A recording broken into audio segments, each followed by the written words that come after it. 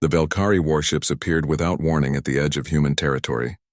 3 massive vessels emerged from the darkness of space like predators stepping into new hunting grounds. Their hulls were dark gray and covered with weapon ports that glowed with a faint blue light. These ships belonged to an empire that had conquered 17 different star systems in less than 10 years. The Valkyrie had never lost a battle, and they had never met a species that could stand against them for more than a few days, Captain. Jake Morrison was drinking coffee on the bridge of the Earth Defense Force ship called Horizon's Edge when the alarm started screaming. He put down his cup carefully and walked to the command chair while his crew rushed to their stations.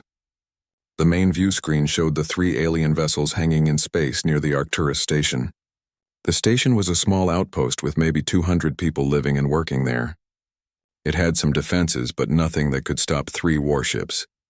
Lisa Bennett was the communications officer, and she had been in the military for 8 years.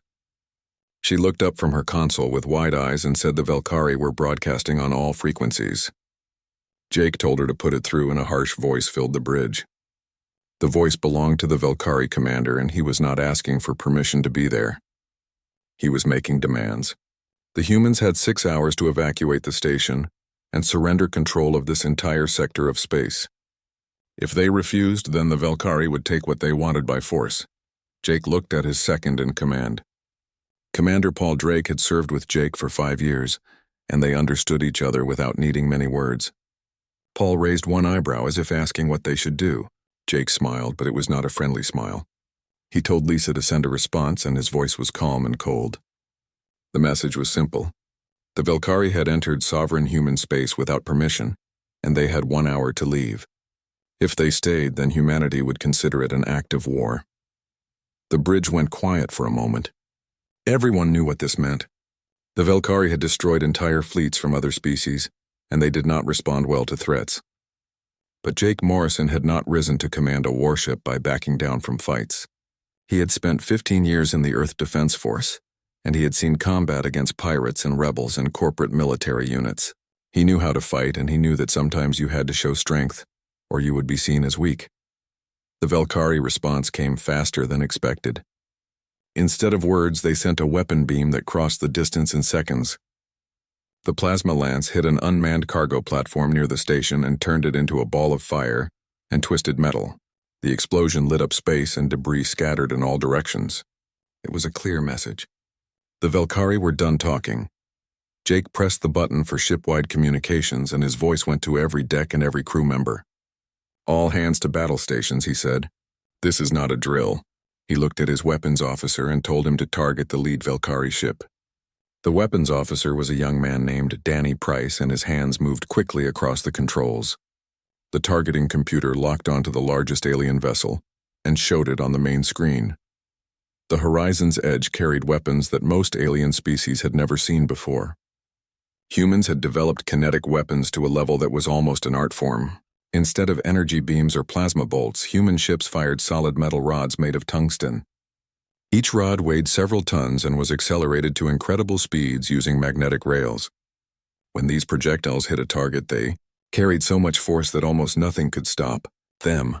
Jake gave the order to fire, and the ship shuddered slightly as 3 kinetic rounds launched from the forward batteries. The Valkyrie had shields that could absorb energy weapons and dissipate the heat. Their shields had protected them in every battle they had ever fought. But shields designed to stop energy could not stop solid mass moving at a fraction of light speed. The tungsten rods hit the lead Valkyrie ship, and the shields flickered once before failing completely. The first rod punched through the alien hull like paper. The second rod hit near the engine section, and the third struck somewhere in the middle of the ship. Explosions rippled along the Valkyrie vessel as atmosphere vented into space and internal systems failed. The ship began to spin slowly, and pieces of hull plating broke away. Small fires burned in the vacuum for a few seconds before dying from lack of oxygen. The other 2 Valkyrie ships tried to turn away. Their commanders had just watched their lead vessel get torn apart in seconds, and they were trying to retreat. But the Horizon's Edge was faster and more maneuverable than the bulky alien warships. Jake ordered his helmsman to pursue, and Danny fired again. More kinetic rounds streaked across space and found their targets. The second Valkyrie ship lost its entire rear section, and the third ship suffered hits along its port side that left it drifting and powerless. Within 20 minutes of entering human space, all three Valkyrie warships were destroyed or disabled. Jake stood at his command chair and watched the debris field spread slowly across the view screen. He felt no joy at the victory. War was never something to celebrate even when you won. He knew this was just the beginning. The Valkyrie would not accept this defeat. They would send more ships and more warriors, and humanity would have to be ready. Paul walked over and stood next to Jake. He said quietly that the station was reporting no casualties and thanking them for the rescue. Jake nodded, but his mind was already thinking ahead. He told Lisa to send a full report to Fleet Command and to tell them the Valkyrie had crossed into human territory with hostile intent. He wanted more ships sent to patrol this sector immediately. The crew began their post-battle checks and damage reports. The horizon's edge had not been hit during the fight, and all systems were functioning normally. Jake walked to the viewport and looked out at the stars. Somewhere out there, the Valkyrie Empire was receiving news that 3 of their warships had been destroyed. They would be angry and they would be coming back. But humans had survived worse threats. They had climbed to the top of the food chain on a world that tried to kill them every single day. They had fought wars against each other that nearly destroyed their entire species. They knew how to fight and they knew how to win. Jake turned back to his crew and told them to stand down from battle stations but stay alert. They were going to patrol this area until reinforcements arrived. He sat back down in his command chair and picked up his coffee. It had gone cold, but he drank it anyway. The war with the Valkyrie had just begun, and there would be many more battles before it was over. The news reached the Valkyrie homeworld 3 days after the battle. Supreme Commander Thexus was in the war room when the transmission arrived. He was a large Valkyrie with dark scales and sharp claws that could tear through metal. He had commanded the military forces of the Empire for 20 years, and he had never lost a campaign. When he heard that 3 of his warships had been destroyed by a single human vessel, he did not believe it at first. He played the transmission again and again. The data was clear. 3 ships gone, all crew dead or captured. Thexus slammed his fist on the table and the holographic display flickered. His second in command was a smaller Valkyrie named Prexon. He had served as an intelligence officer for most of his career, and he understood technology better than most warriors. Prexon pulled up the recovered data from the destroyed ships and showed it to Thexus. The humans had used solid projectiles instead of energy weapons. Dense metal accelerated to extreme speeds. The Valkyrie shields could not stop them because shields were designed to deflect or absorb energy beams and plasma bursts. Thexus studied the information for a long time. His pride told him to send the entire fleet to crush these humans. But his mind told him to be careful. The Valkyrie had conquered many worlds, but they had done it through superior technology and overwhelming force. If the humans had weapons that could bypass Valkyrie shields, then this would not be an easy fight. He told Prexon to assemble a battle fleet, 15 warships with reinforced hulls and point defense systems. They would adapt to the human weapons and show these primitives what happened when you defied the Empire. 2 weeks passed while the Valkyrie prepared their fleet. On the human side, Admiral Karen Phillips received word that a large alien force was moving toward the colony world of New Dakota. Karen was 53 years old and she had been in the military since she was 18. She had fought in the corporate wars when different human factions battled for control of the outer colonies. Those wars had been brutal, and they taught her that humans were the most dangerous enemy humans could face. But that also meant humans knew how to fight better than anyone else. Karen stood on the bridge of her flagship. The ship was called Valiant Guard, and it was one of the largest vessels in the Earth Defense Force. She watched the sensor readings as the Valkyrie fleet approached. 15 ships moving in tight formation.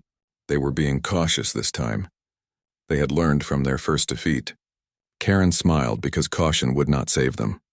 Lieutenant Greg Foster was her tactical officer. He was young but smart, and he had good instincts in combat. He reported that the Valkyrie were maintaining their formation and advancing slowly. They were scanning for threats and their point defense weapons were active. Karen asked if they had detected the mines. Greg checked his instruments and said no. The mines were running on minimal power with no active sensors. They were floating in space like dead rocks. Humans had been making explosives for hundreds of years. They had refined the science of things that go boom to a level that other species found disturbing. The magnetic mines surrounding New Dakota were small and smart. They could detect the mass of a ship passing nearby and they could calculate intercept courses. When activated, they would fire small engines and accelerate toward their targets. Each mine carried enough explosive power to crack open a ship's hull. The Velkari fleet crossed into the minefield. Karen watched and waited. She wanted them deeper in the trap before she sprang it. The alien ships continued forward, and their sensors swept the area but found nothing. The mines were too cold and too quiet. When the Velkari were halfway through the field, Karen gave the signal. She said one word, "Now." Space erupted with light and fire.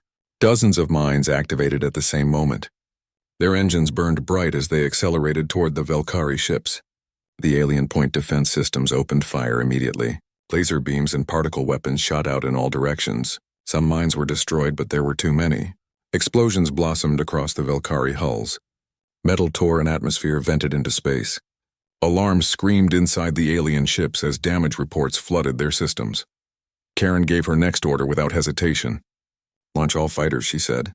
The hangars of the Third Fleet opened and small craft poured out like angry insects. Human fighters were tiny compared to the massive warships. They were fast and hard to hit. Each fighter carried missiles and railguns and pilots who had trained for years to fight in three-dimensional space combat. The fighters swarmed toward the damaged Velkari ships. The aliens tried to track them with their weapons, but the human craft moved in unpredictable patterns. They dove and rolled and spun through space. Missiles launched and streaked toward the breaches in the Velkari hulls. Railgun rounds stitched lines of fire across alien armor. More explosions followed. More atmosphere vented. More Velkari died. The battle lasted 4 hours. It was not a clean fight. War never is. 3 human fighters were destroyed when they got too close to a dying Velkari ship that exploded. 2 more fighters collided while trying to avoid enemy fire. But the Velkari suffered far worse. 13 of their 15 ships were torn apart. Some broke into pieces. Others burned from internal fires. A few simply went dark and drifted as their life support failed.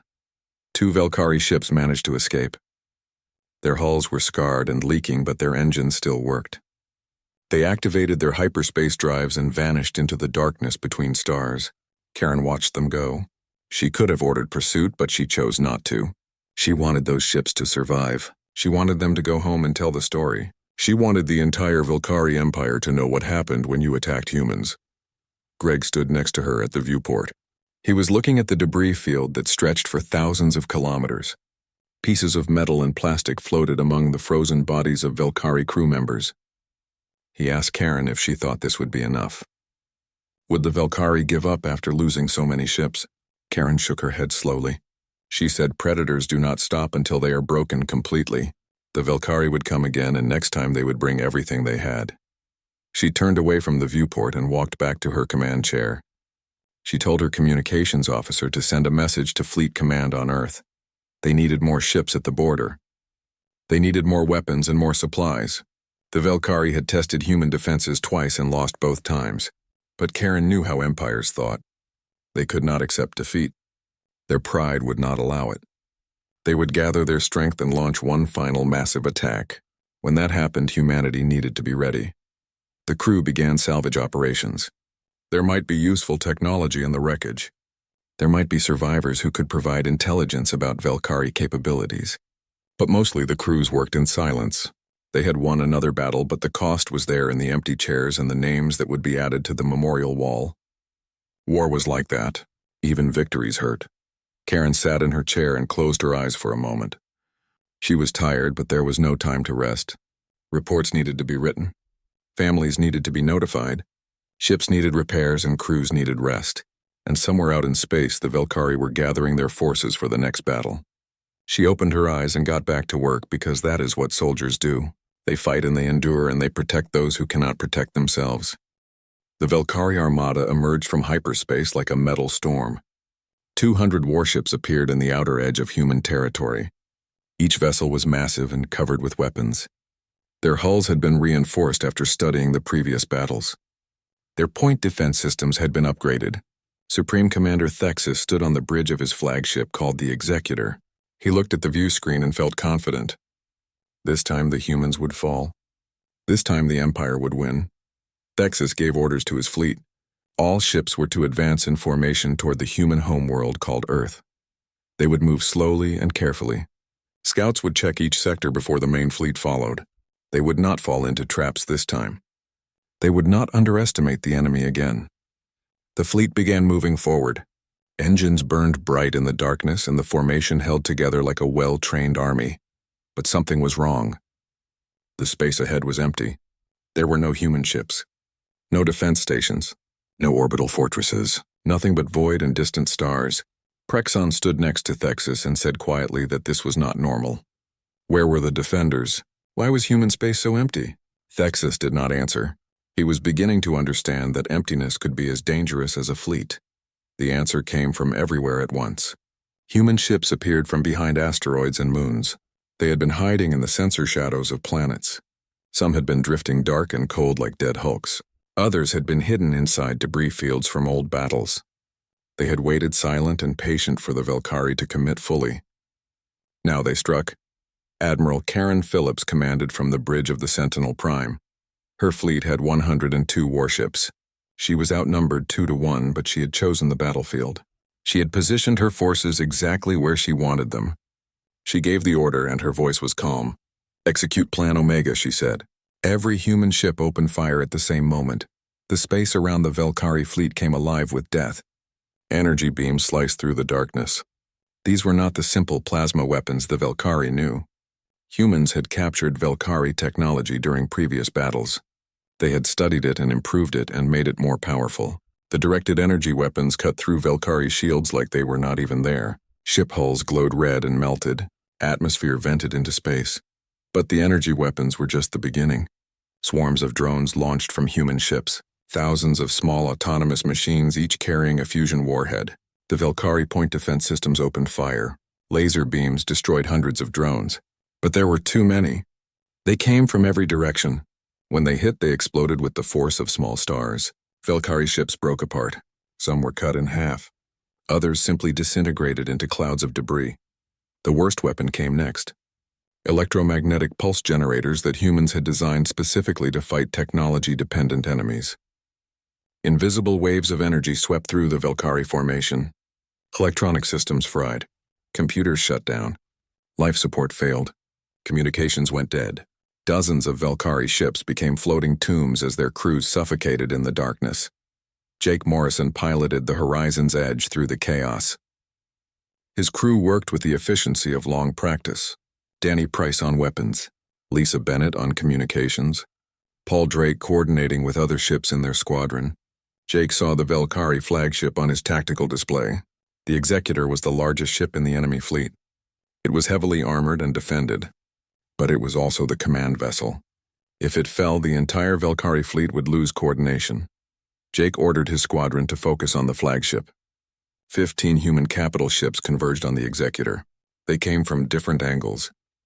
Their weapons fired in sequence, so there was no break in the assault. The Executor's shields held for almost 30 seconds. Then they flickered and failed. Kinetic rounds punched through the hull. Energy beams burned through decks. Missiles found the engine section and exploded deep inside the ship. On the Executor's bridge, Thexus watched his fleet die.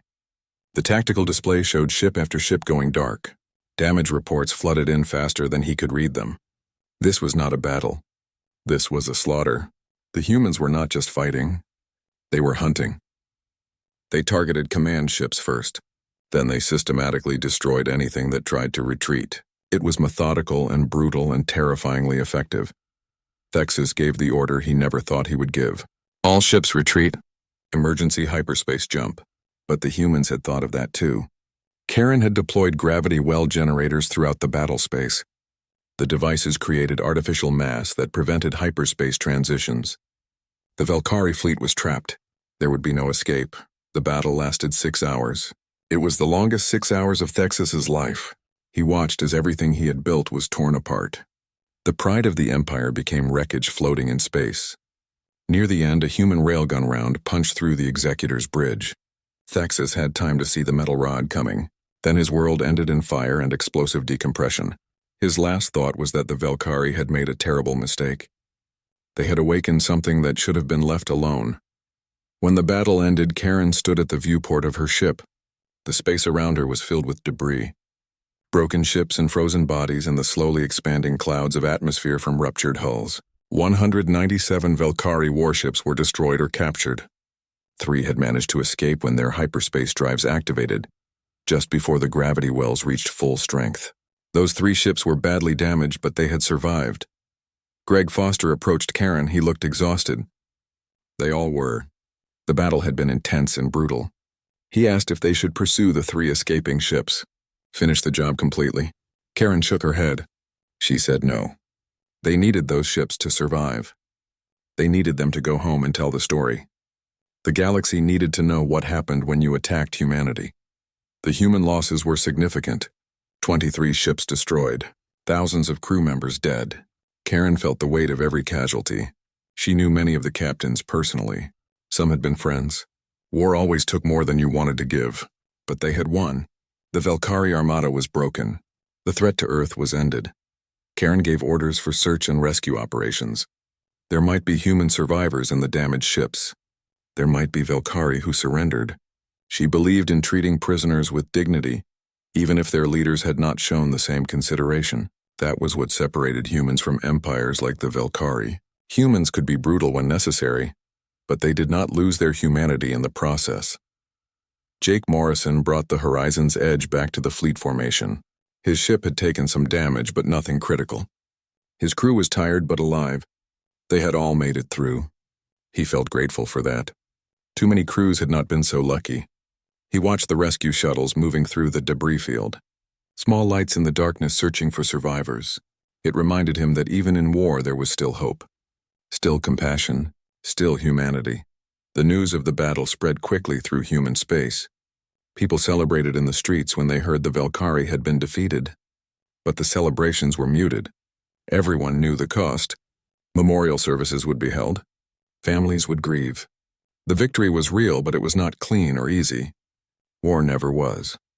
In the secure command center beneath Geneva, President Carter received Admiral Phillips's report. He read it carefully. The battle was won. Earth was safe. But he felt no joy. He had sent thousands of people to fight, and many of them had not come back. That weight would stay with him forever. He approved Karen's request to send a message to the escaping Valkyrie ships. The message was simple. Human space is forbidden. Any ship that enters without permission will be destroyed. No exceptions, no mercy. It was a harsh message, but it needed to be clear. Humanity would defend itself against any threat. The 3 surviving Valkyrie ships limped back to their homeworld. The journey took 2 weeks. Every hour of that journey was agony for the surviving crews. Their ships were barely functional. Life support systems operated at minimum capacity. Medical bays overflowed with wounded. The crews had watched their entire fleet destroyed. They had seen the power of human weapons. They carried that horror back with them. When the ships arrived, the news spread through the Empire like poison. 200 warships sent to conquer humanity. Only 3 returned. The fleet had been annihilated. Supreme Commander Thexus was dead. Thousands of Valkyrie warriors were dead. The pride of the Empire lay scattered across human space as wreckage and frozen corpses. It was the worst military defeat in Valkyrie history.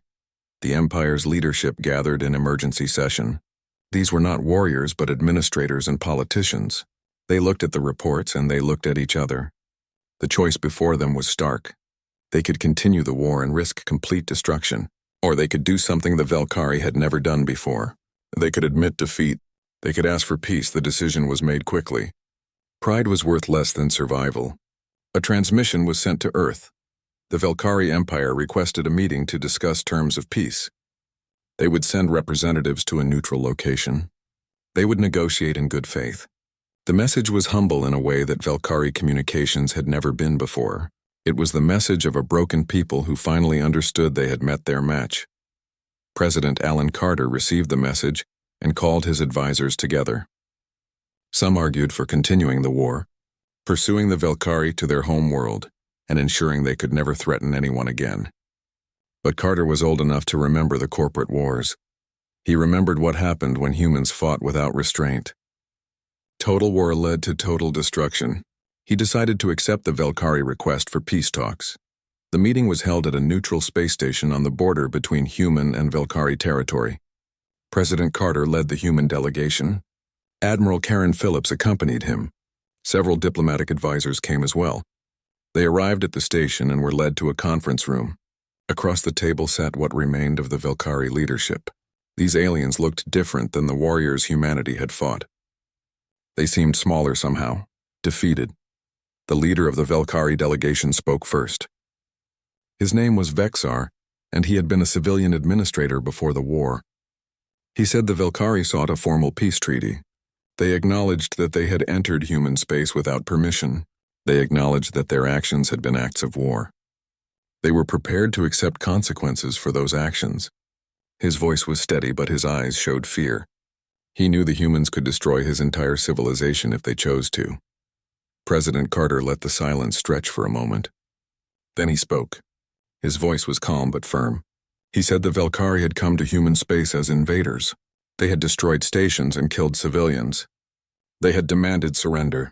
Now they wanted peace because they had lost. Why should humanity grant them mercy? What would stop them from rebuilding and attacking again in 10 or 20 years? Vexar said the Velkari had learned their lesson. They understood now that humans were not weak. They understood that humans were warriors without equal in the galaxy. The Empire would never enter human space again. They would respect human sovereignty. They would respect human strength. But President Carter shook his head. Words were not enough. Trust had to be earned. Admiral Karen Phillips leaned forward. She listed the terms that humanity demanded. First, the Velkari would free every species they had conquered. The systems they had taken by force would be returned to their original inhabitants. Second, the Velkari would pay reparations to humanity for the stations destroyed and the lives lost. Third, the Velkari would share their technology with humanity, hyperspace drives and energy shields and everything else. This would ensure that humans could monitor Velkari activities and respond if they ever became a threat again. The Velkari representatives looked at each other in dismay. These terms would cripple their empire. They would lose territory and wealth and power. They would be reduced to a shadow of what they had been. But they also knew they had no choice. The alternative was annihilation. Vexar looked back at the humans and said quietly that the Velkari accepted these terms. They would sign whatever treaty the humans required. The treaty was drafted over the next 3 days. Legal experts from both sides worked out the details. When it was finished, President Carter and Vexar signed the document. The Velkari Empire officially surrendered. The war was over. Humanity had won not just a battle but complete victory. The news was broadcast across both human and Velkari space. The galaxy watched and took note. True to their word, the Velkari began releasing their conquered territories. Species that had suffered under Velkari rule suddenly found themselves free. Some of these species sent messages of thanks to Earth. Others simply disappeared back into their own space. A few asked to establish diplomatic relations with humanity. They wanted to trade and learn from the species that had defeated the mighty Velkari. The impact of the war spread through the galaxy like ripples in water. Other aggressive species reconsidered their expansion plans. Pirates and raiders avoided human shipping lanes. Even the major galactic powers sent diplomatic messages expressing interest in peaceful relations. Everyone had received the same lesson. Humans were not to be threatened. Human space was not to be violated. The consequences for doing so had been made very clear. Captain Jake Morrison retired from active military service 6 months after the treaty was signed. He accepted a teaching position at the Lunar Academy, where new officers were trained. On his first day, he stood before a classroom full of young cadets. These were men and women who wanted to serve in the Earth Defense Force. They looked at him with respect because they knew his service record. They knew he had fought in the war against the Velkari. Jake looked at each face in the classroom. He saw their youth and their eagerness. He saw their desire to prove themselves. He began his lecture by talking about the war. Not the tactics or the weapons, but the why. He said humans did not fight for conquest. They did not fight for glory or wealth. Humans fought for survival. They fought to protect each other. They fought because that was what millions of years of evolution had taught them. He told the cadets about Earth, about how their ancestors had survived on a world that tried to kill them every single day. Predators and diseases and natural disasters, humans had no claws or fangs. They were not the biggest or the strongest, but they had minds that could plan and adapt. They had the ability to work together. They had the determination to never give up no matter how bad things got. Those traits had carried humanity from caves to starships. Jake explained that the Velkari had made a fatal mistake. They saw humans as primitives because humanity was new to space travel. They did not understand that humans had been practicing warfare for thousands of years. Every war taught lessons. Every battle refined tactics. Every conflict made humanity more dangerous. The Velkari had attacked a species that knew how to fight better than almost anyone in the galaxy. They had entered human space uninvited, and they paid the price. The cadets listened silently. They understood the weight of what Jake was saying. He told them that wearing the uniform meant accepting responsibility. It meant being ready to fight and maybe die to protect others. It meant understanding that violence was sometimes necessary, but should never be glorified. War was not glorious. It was terrible and costly and left scars that never fully healed. But sometimes it was the only option. Jake finished his lecture and dismissed the class. As the cadets filed out, one young woman stayed behind. She asked Jake if he thought the Velkari would ever try again. Would they rebuild their military and come back for revenge? Jake smiled sadly. He said anything was possible. But the Velkari had learned what happens when you threaten humanity. They had learned that humans defend their own with absolute commitment. That lesson had been written in the wreckage of 200 warships. It was a lesson the entire galaxy would remember for a long time. Throughout the galaxy, the story spread. In bars and meeting halls on 1,000 different worlds, the tale was told. The humans from the Death World, the species that survived by being tougher and smarter and more determined than anything that tried to kill them. The species that turned warfare into an art form. The species whose space you did not enter without permission, because they entered human space uninvited and none ever came back. The Velkari had learned that lesson. Now everyone knew it, and humanity stood watch over its territory, ready to teach that lesson again if necessary. Supreme Commander Thexus called an emergency meeting of the Velkari Council.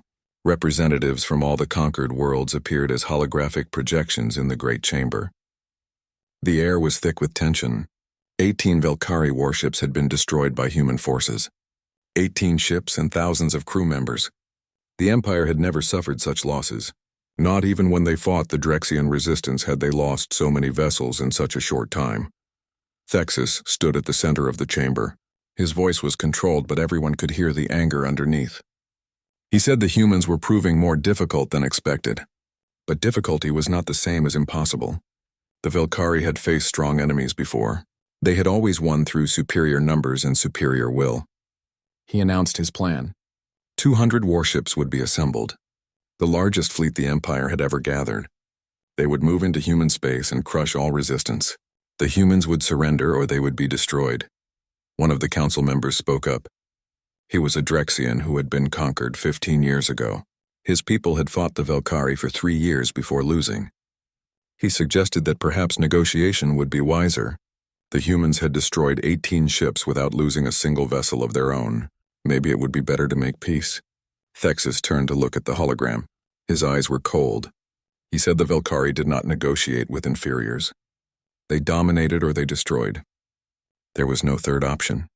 The council meeting ended and the representatives faded away. Thexus walked to his private chambers. He was alone now and he allowed himself to show doubt. He accessed the intelligence files on humanity. What he read there disturbed him more than he wanted to admit. Humans had evolved on a planet called Earth. By galactic standards, Earth was classified as a death world. The gravity was higher than most habitable planets. The weather was violent and unpredictable. The native life forms were aggressive and dangerous. Humans had started as weak creatures with no natural weapons. No claws or fangs or armor.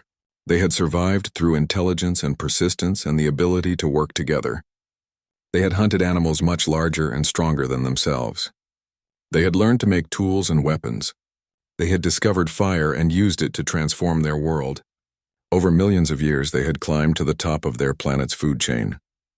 Nothing on Earth could challenge them anymore. But the most disturbing part was their history after they became dominant. Humans had fought each other constantly. Wars over territory and resources and ideas. They had developed weapons of incredible destructive power. Chemical weapons that dissolved flesh. Biological weapons that spread disease.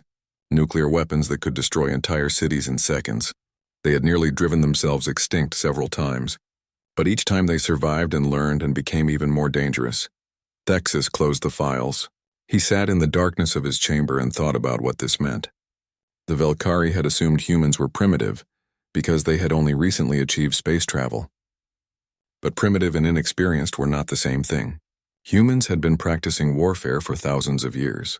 They understood violence at a level that most peaceful species could not comprehend. The Velkari had not attacked a weak species.